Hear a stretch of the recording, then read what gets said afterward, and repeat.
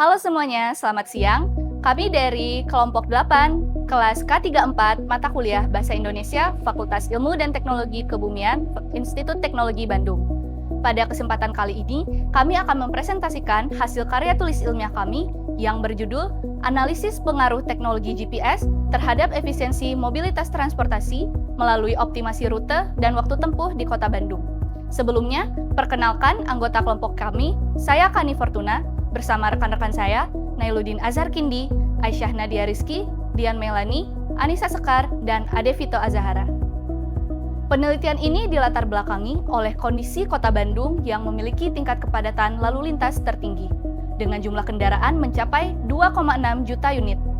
Tingginya jumlah kendaraan ini tidak sebanding dengan kapasitas jalan, sehingga memicu kemacetan yang membuang waktu dan menurunkan produktivitas. Untuk menyiasati hal tersebut, penggunaan teknologi Global Positioning System atau GPS menjadi solusi penting.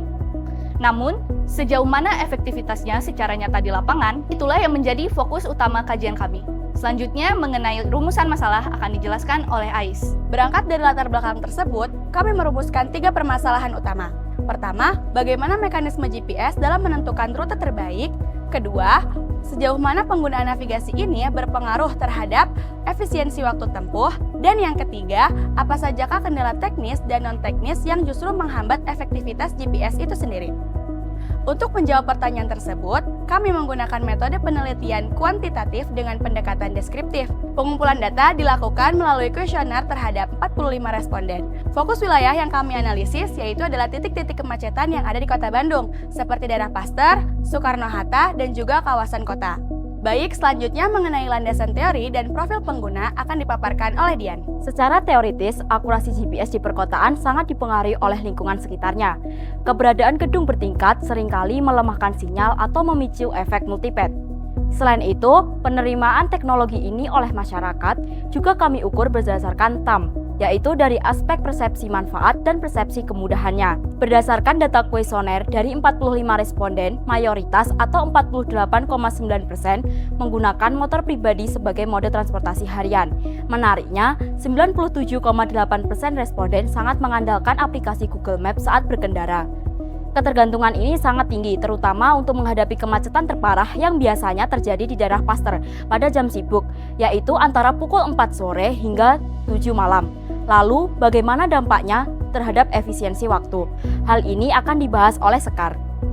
Mari kita lihat data mengenai efisiensi waktu. Dari hasil survei, sebanyak 48,9 responden merasa setuju bahwa rute alternatif yang diberikan oleh GPS membantu mereka dalam bermobilisasi lebih cepat. Selain itu, 66,7% responden menyatakan setuju bahwa estimasi waktu tiba atau ETA yang diberikan oleh GPS sudah cukup akurat jika dibandingkan dengan waktu aktual. Kepercayaan pengguna juga terlihat dari data yang menunjukkan bahwa 62,2% responden sering mengikuti perubahan rute yang disarankan oleh GPS secara mendadak untuk menghindari kemacetan di depan mereka. Namun, di balik efisiensi ini tentu ada kendala yang dihadapi. Bagian ini akan dijelaskan oleh Ade Vito. Meskipun efisien, pengguna tetap mendapati berbagai macam hambatan seperti hambatan teknis dan non-teknis. Kendala teknis yang paling utama yang dikeluhkan oleh 37,8% responden adalah sinyal lemah atau blank spot. Sinyal lemah atau blank spot adalah kondisi di mana handphone tidak dapat menerima sinyal yang dikirimkan oleh satelit sehingga navigasi berjalan dengan lambat atau tidak sesuai dengan posisi. Gangguan sinyal ini cukup sering mempengaruhi tingkat akurasi lokasi pengguna.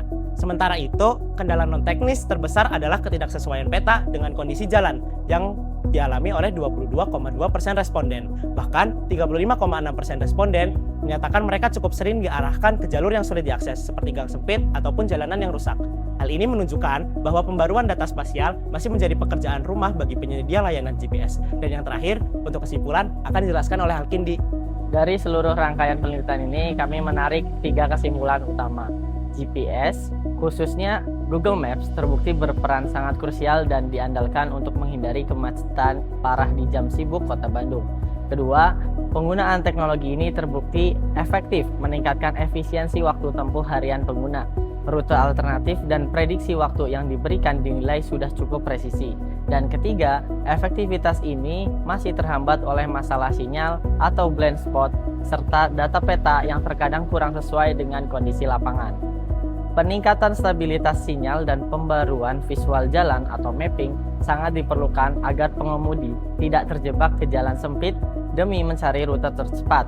Demikian presentasi dari kelompok 8 mengenai analisis efisiensi GPS di Kota Bandung.